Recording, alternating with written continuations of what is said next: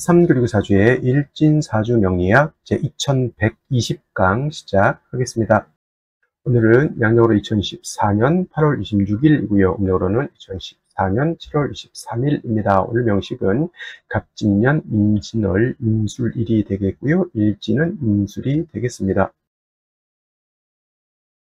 자, 사주팔자를 분석함에 있어 제일 중요한 것 일주의 천간, 즉 일간이 가장 중요하다라고 하는 것, 일간과 다음으로 중요한 것은 월주의 지지를 말하죠. 월령이라고 합니다. 월령, 월지라고도 하고요.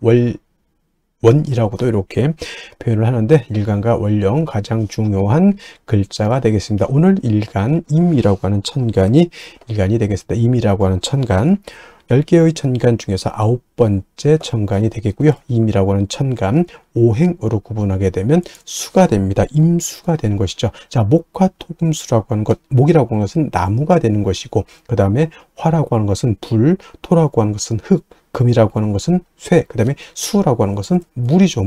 물인데, 눈으로 봤을 때는 현상학적으로 물성으로 봤을 때는 물로 보지만은 기운으로 봤을 때는 냉기죠. 냉기, 차가운 한기를 말하는데, 좀 오싹하네. 이거는 금의 기운은 숙살 기운을 말하는 것이고, 수가 말하는 냉기, 한기라고 하는 것은 유튜브 같은 데 이렇게 보게 되면 사람이 진짜 실질적으로 사는데 어느 정도 온도냐면 영하 72도에서도 사람이 살고 있는 곳이 있습니다. 이렇게 혹한의 차가운 기운을 갖다가 수라고 하고요. 천하를 다 얼게 만들어 버리는 그러한 기운이 바로 수의 기운이다라고 볼 수가 있습니다. 천간으로 수라고 하는 것, 이러한 기운, 임수, 계수가 수가 되는 것인데, 계절로 봤을 때 이렇게 냉기, 한기가 강한 계절은 바로 겨울이 되는 것이죠. 천간으로는 임수, 계수가 겨울이라고 보면, 지지로는 해월, 자월, 축월이라고 하는 북방이 바로 수가 왕한 수왕절이면서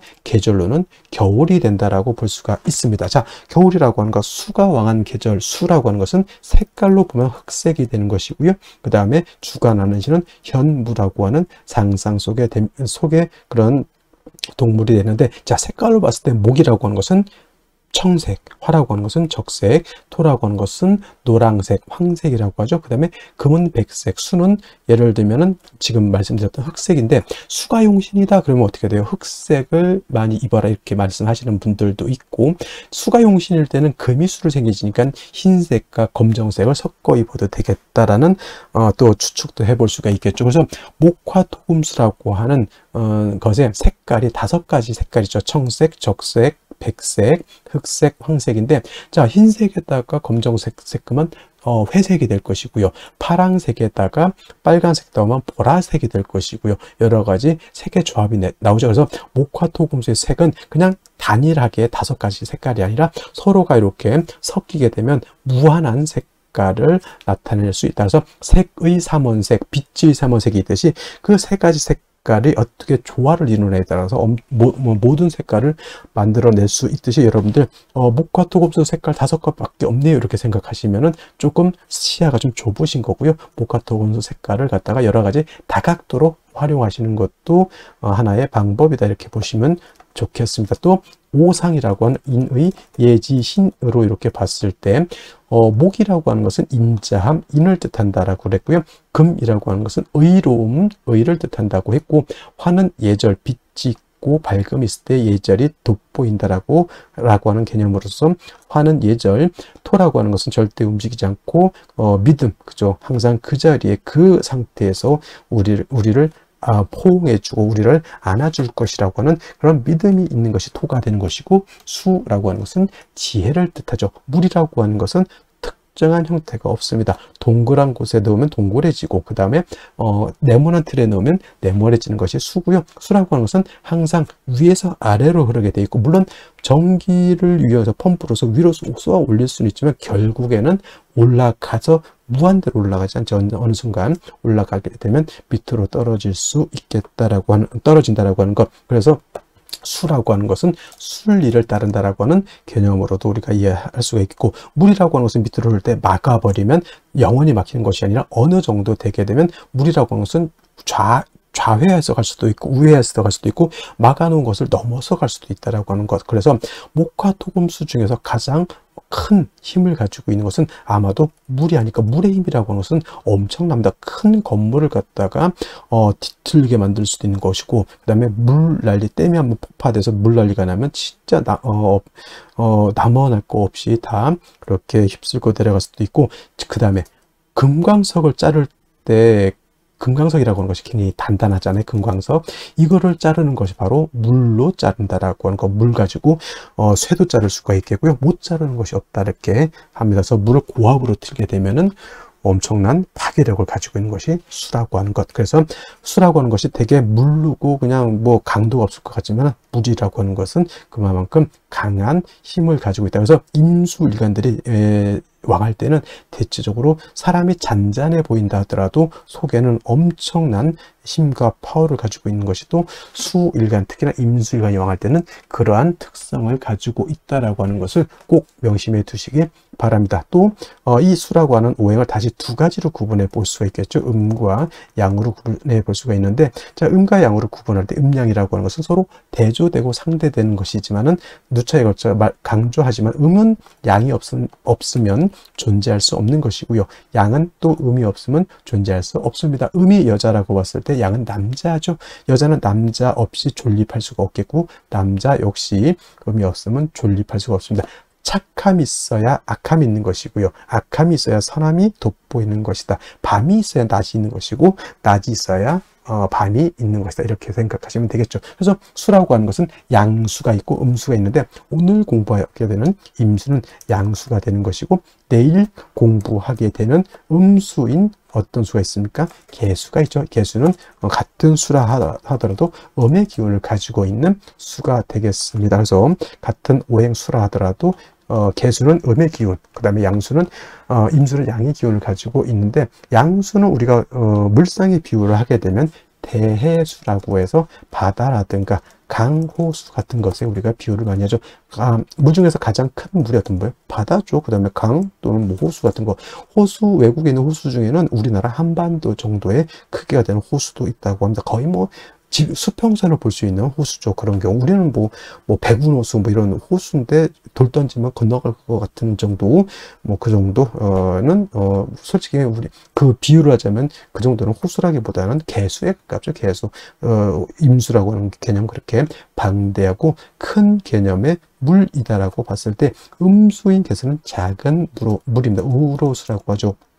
하늘에서 내리는 비라든가 이슬 같은 개념, 옹달샘 같은 개념으로도 볼 수가 있겠고, 사람이 먹을 수 있는 음용수 같은 개념, 그 다음에 하늘에 치성을 드릴 때 쓰는 정화수 같은 개념, 캐톨릭에서 뭐 할 때 쓰는 성수 같은 개념으로 볼 수가 있습니다. 그래서 개수라고 하는 것은 작고 맑고 깨끗한 물이다라고 봤을 때, 그렇다고 임수가 더럽냐? 그런 건 아니고요.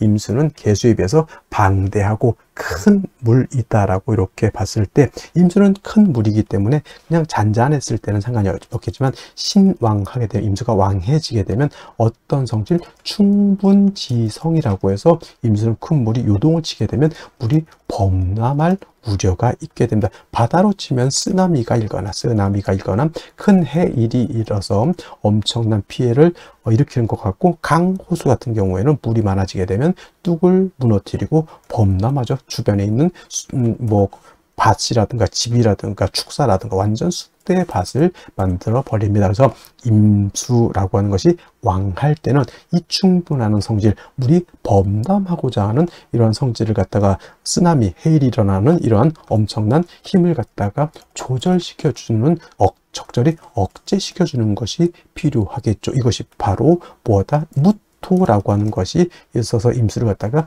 제방해야 된다라고 이렇게 설명을 하는 겁니다. 제가 무토, 기토 설명할 때 무토는 어떤 토? 건토라고 했고요. 기토는 습토라고 해서 금을 생할 때, 토생금을 할 때는 습토인 기토라든가 지지로 진토라든가 술토 가지고 금을 생할 수 있지만, 임수라고 하는 큰 대해수를 갖다 제방할 때는 습토인 기토로는 임수를 제방할 수가 없다. 그래서 양토인 무토, 건토인 무토로서 제방해야 되는 것이고, 기토는 작은 습립, 물에 젖은 모래가기 때문에 만약에 임수가 기토를 보게 되면 오히려 기토가 임수를 갖다 탁하게 만든다고 해서 기토 탁 임이라고 임수를 갖다 제방을 해야 되는데 물을 더럽히게 흙탕물을 만들어 버리는 그러한 경우, 예를 들면 한강을 맡겼다고 삽자를 가지고 아무리 모래 갖다 뿌려 본들 그 왕한 물에 의해서 모래가 다 쓸려 내려가죠. 물만 더럽혀진다라고 하는 것이 바로 이 기토탁임이라고 하는 겁니다. 그래서 임수가 왕할 때는 무토로서 임수를 제방하게 되고, 그 다음에 병화로서 조후해야 된다. 선생님, 병화는 왜 씁니까? 이렇게 말씀을 드린다면, 자, 임수가 지금 무토를 쓸 때는 임수가 신왕할 때 무토를 쓰는 것이죠. 임수가 약한 경우에는 무토를 쓰지 못합니다. 자, 토극수합니다. 토라고 하는 것이 수를 극하죠. 왕한 임수를 무토가 극한다라고 하는 개념은 극해서 파극해서 없앤다는 것이 아니라 제방해서 임수의 용도를 만들어준다. 쉽게 말하면 소양강 댐을 만들어서 댐이 무토가 되겠죠. 그 소양강이라고 하는 물을 가둬서 공업용수, 농업용수, 생활용수로 쓸 수 있게 만들어주는 것이 바로 이 무토인데, 임수가 왕할 때는 토극수하는 것이라 자칫 수다.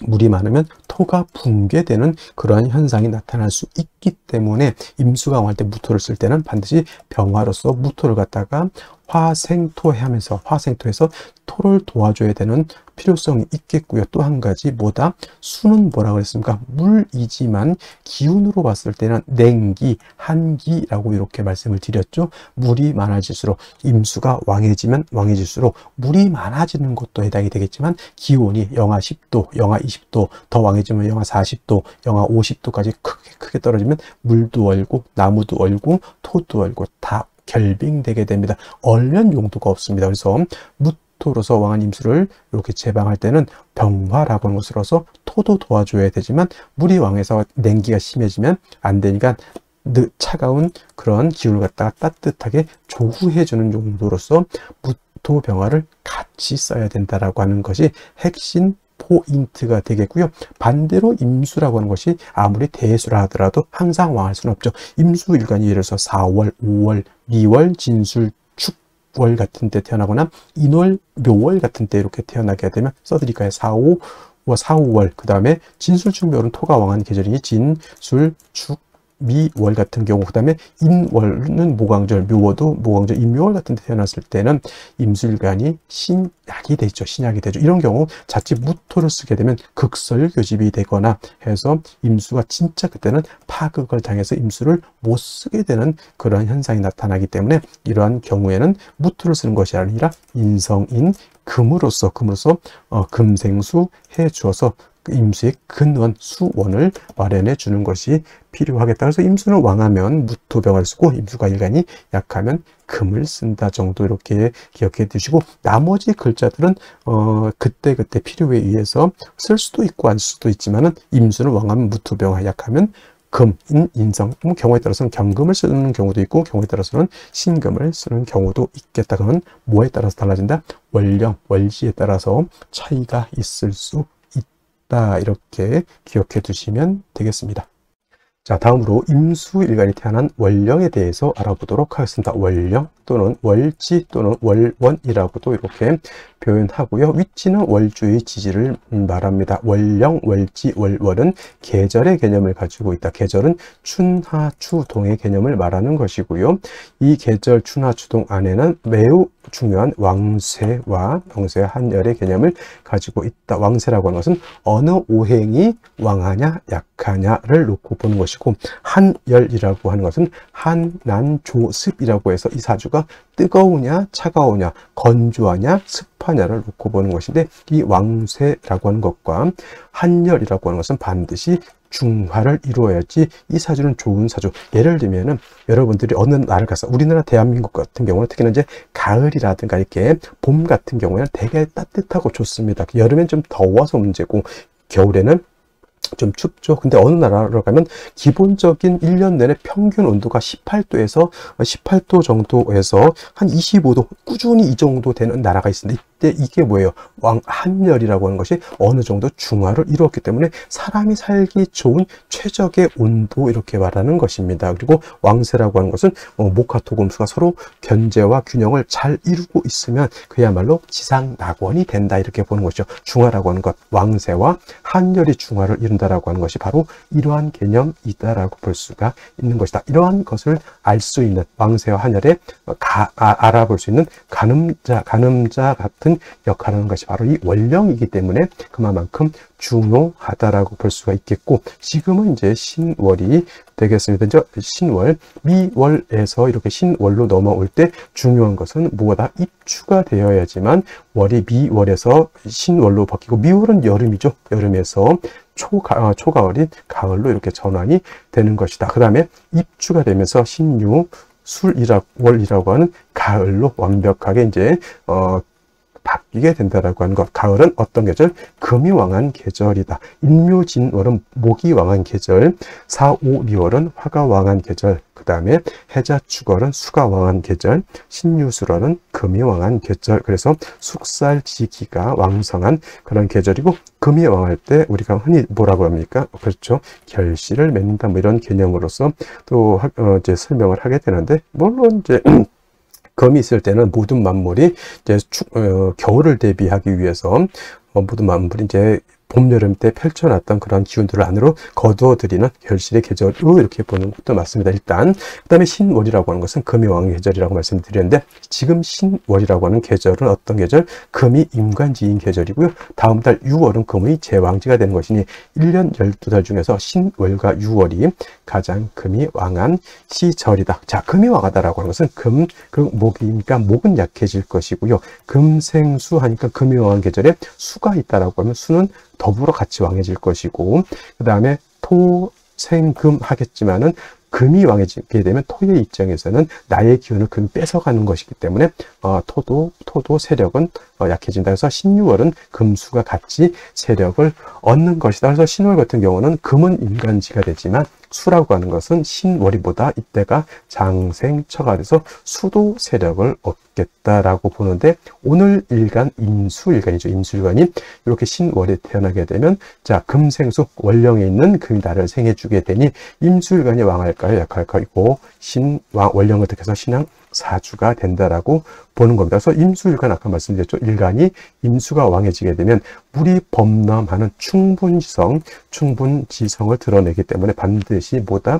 무토로서 임수를 제방하고 병화로서 조후해야 된다라고 하는 것인데, 이때 만약에 임수가 왕한데 무토를 쓰잖아요. 왜 병화를 같이 써야 되냐면, 무토로 이렇게 쓰는데 임수가 왕하죠. 자, 원래는 토극수 하지만은 수가 너무 많게 되면 수다 토는 어떻게 됩니까? 붕괴가 된다. 소다 토붕이 되고, 그다음에 원령에 있는 금이 왕하죠. 금이 왕하면 토생금 하지만은 그 토의 입장에서는 수다 토붕되는 입장에서 설기까지 되기 때문에 무토가 굉장히 약합니다. 그래서 이런 경우에는 무토만 딸랑 있어서는 안 되고, 병화라고 하는 것이 있게 되면 병화는 토를 생해주는 역할도 하고요. 그 다음에 신월에 금수가 왕할 때 한습할 때 조후해주는 역할, 금을 통제시켜주는 역할까지 하게 되는 것이니, 신월의 임수는 무토 병화를 가지고 용신을 치용할 수밖에 없겠다라고 하는 것이 답이 되겠습니다. 자, 신월의 임수,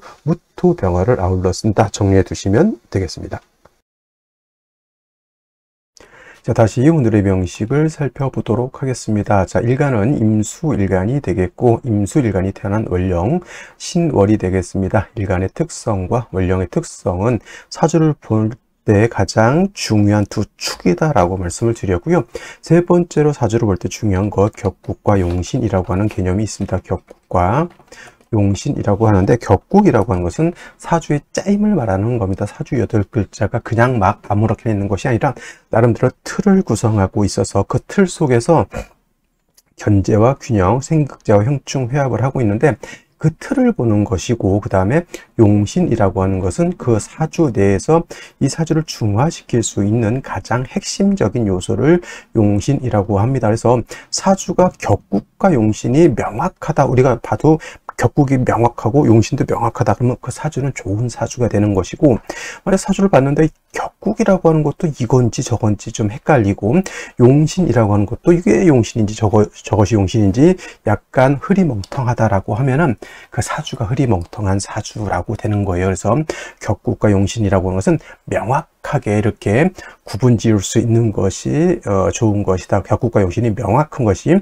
좋은 사주다, 이렇게 생각하시면 되겠다라는 말씀을 드리면서, 자, 일간이라고 하는 것, 임수가 되겠죠. 임수라고 하는 것은 양수라고 했고요. 월지에 있는 신금이라고 하는 것은 양금이 되겠습니다. 양수가 양금을 받죠. 양대 양의 관계고, 금이라고 하는 것은 수를 보게 되면 금생수해서 수를 생하고자 월지에 있는 신금이 일간 임수인 나를 생한다라고 하죠. 내가 생하는 것이 아니라 나를 생하는 것이죠. 생아자라고 하고요. 나를 생하는 것, 이거 육신으로는 인성이라고 하고, 나를 생하는 것이 있으면 내가 생하는 것이 또 있죠.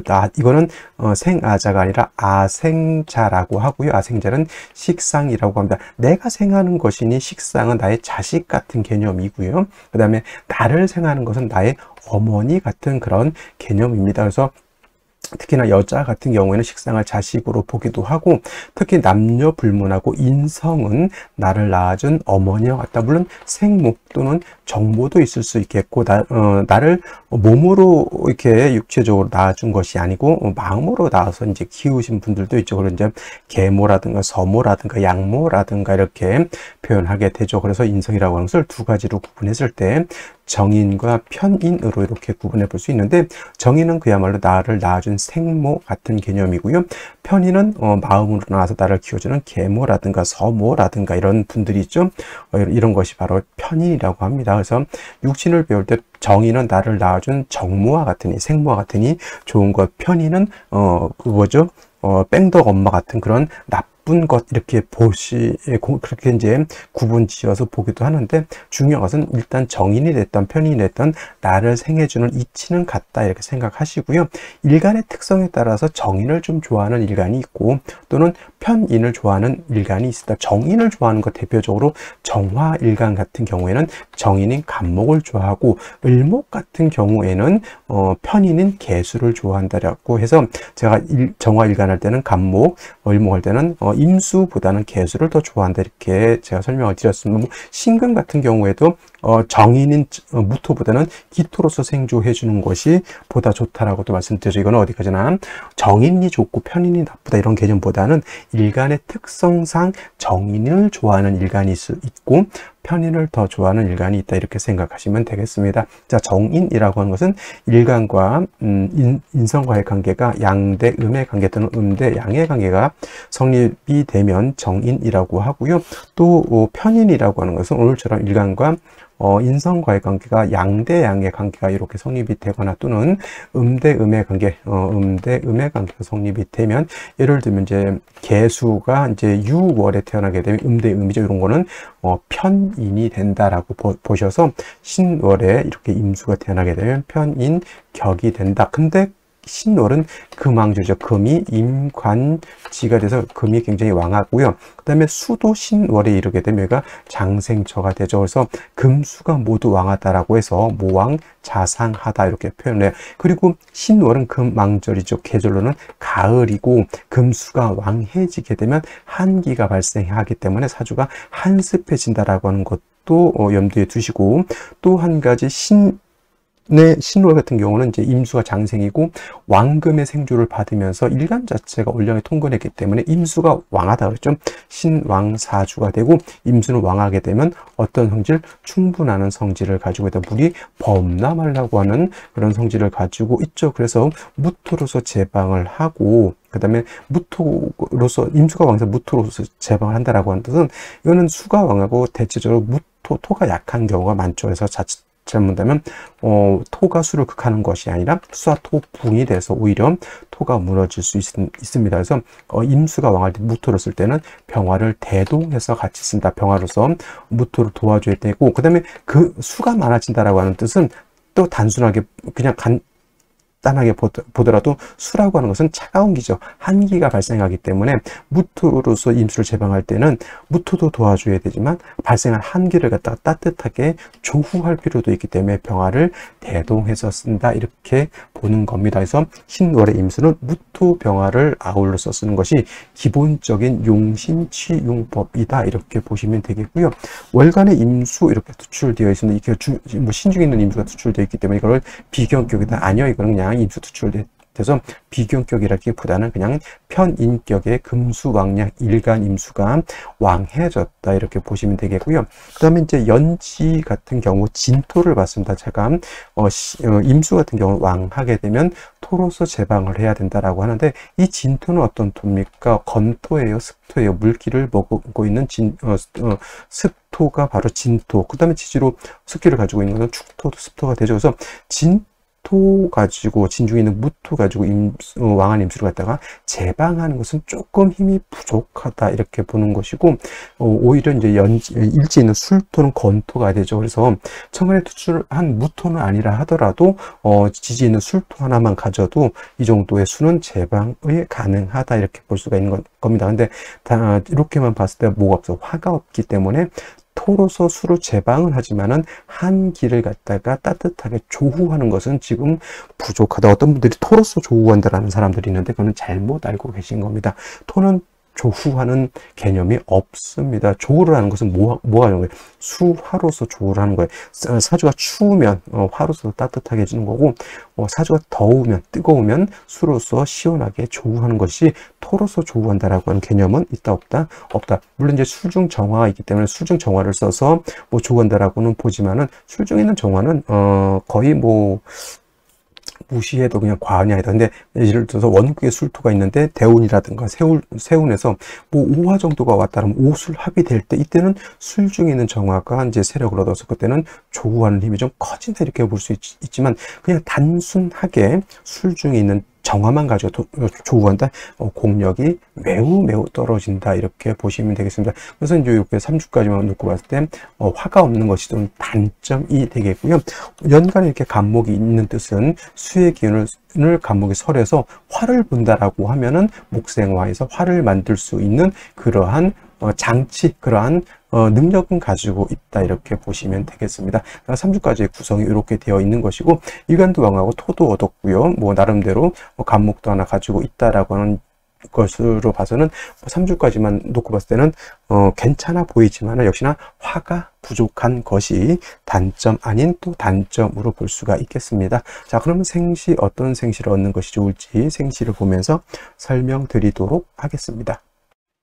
자, 생시를 보도록 하겠습니다. 3주까지만 놓고 봤을 때 신월의 임수, 월간의 임수까지 투출되어 있죠. 수가 굉장히 왕합니다. 간목이 있기 때문에 수의 기운을 설해서 화를 생할 수 있는 그러한 장치는 있지만 원국에 화가 부족한 단점이 있다라고 했고요.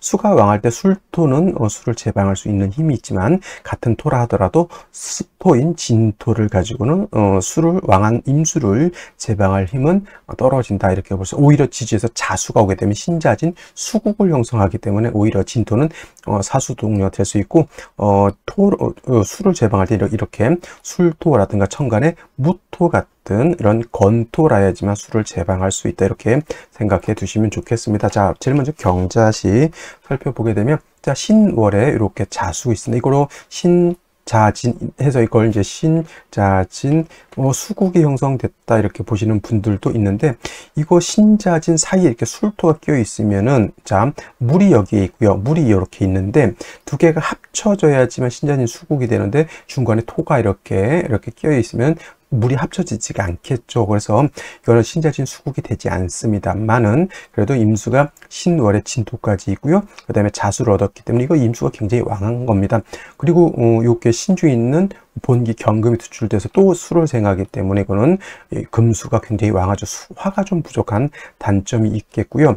이건 신자진 수국이 되지 않지만 또 진술충도 되지 않는다까지 여러분들 꼭 기억해 두시면 좋겠습니다. 그럼 사주가 안습하니까 운은 목화운으로 가는 것이 좋을 것으로 이렇게 목화운이라든가 목화운이라든가 이제 화토운으로 가는 것이 좋을 것 같고요.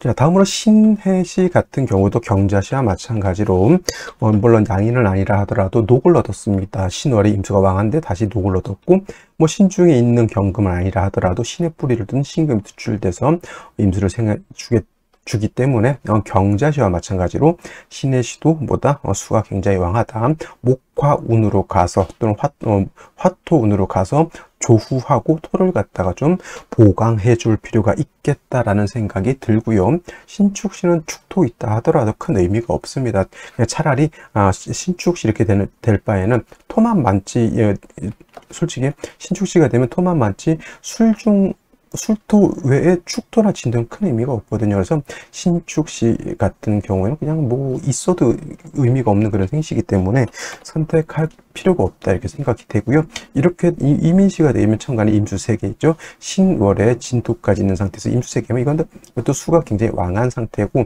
역시나 술토 가지고 임수를 제방을 해야 되는 그런 구조가 되는데, 이렇게 오가 빠져 있지만 인중병화로서 조도할 수 있는 그런 구조가 된다. 이거 운은 어디로 가야 될까요? 임수 3개가 있다 하더라도 이거는 목화운으로 가는 것이 아니라 이거는 금수운으로 가는 것이 제가 봤을 때 좋고, 이민시하고 계묘시하고 어떤 것이 더 좋을까요? 만약 둘만 놓고 봤을 때 계묘시는 큰 의미가 없다. 차라리 둘 중에서 하나를 골라야 된다라고 하면 계묘시보다는 이민시를 선택하는 것이 좋을 거고요. 그다음에 갑진시 같은 경우에는 이거는 진술 이술토하고 진토가 진술, 요건 진술충이 되지 않지만 이렇게는 진술충이 되죠. 이렇게 되면 토가 더 왕해지게 된다라고 볼 수 있습니다. 술중에 있는 정화가 뭐 이제 인출이 돼서 뭐 이렇게 뭐 군비쟁제가 된다 이런 이론도 있긴 한데, 굳이 그렇게까지는 살펴볼 필요는 없겠고요. 토가 많아지는데 이제 간목으로서 토를 억제시켜주는 용도로 이렇게 보게 됩니다. 그래도 화가 이렇게 부족하죠. 이렇게 되면 그래도 부득이하게 운은 이건 목화운보다는 화가 부족하게 되면 금수운으로 가는 것이 좋을 것 같고요. 을사시, 병오시, 정묘시, 대표적으로 병오시를 보게 되면은 이거는 오술합이 되죠. 오술합, 병화 투출되어 있습니다. 이거는 토도 있지만 화도 재성도 세력을 크게 얻었다라고 볼 수 있죠. 당연히 이거는 목화운으로 가면 안 되고요. 금수운으로 가는 것이 바람직하다. 근데 이거 여러분들 이제 금순으로 갈 때 이제 뭘 봐야 되냐면 갑술대운 때는 이렇게 진술충이 된다라고 하는 것까지 여러분들 생각을 하시고 생시를 선택하는 것이 좋을 것 같고요. 그다음에 이제 마지막으로 무술시 보게 되면은 이거는 신금을 또 얻었습니다. 임수가 신, 진, 다시 신의 뿌리를 얻었죠. 무토가 술의 뿌리, 진에도 뿌리를 당연히 두겠지만 무토가 투출되어 있죠. 선생님 이거 간목이 무토를 제하는 것 아닙니까? 이거는 간목이 무토를 제한다기보다는 간목이 무토를 적절하게 조절시켜준다 이렇게 생각하면 좋아요. 이거는 이제 원국에 화만 한 점 정도 더 있었다라고 하면 좀 더 좋았을 것인데, 화가 없는 것이 좀 단점이고요. 이거는 화가 없다 하더라도 이거는 금수운으로 가는 것이 제가 봤을 때는 목화운보다는 좀 더 낫지 않을까라는 생각이 됩니다. 자, 오늘 여기까지 설명드리도록 하고요. 저는 내일 또 찾아뵙도록 하겠습니다. 궁금하신 점 있으시면은 댓글을 남겨주시고, 유튜브를 보시는 분들 예를 들면 이제 구독이라든가 뭐 이런 것들, 뭐 좋아요 같은 것도 눌러주시고, 제 블로그로 이렇게 보시는 분들은 역시나 좋아요, 하트 뿅뿅, 댓글 많이 남겨주시기 바랍니다. 자, 오늘 여기까지 설명드리도록 하고 저는 내일 또 변함없이 찾아뵙도록 하겠습니다. 감사합니다.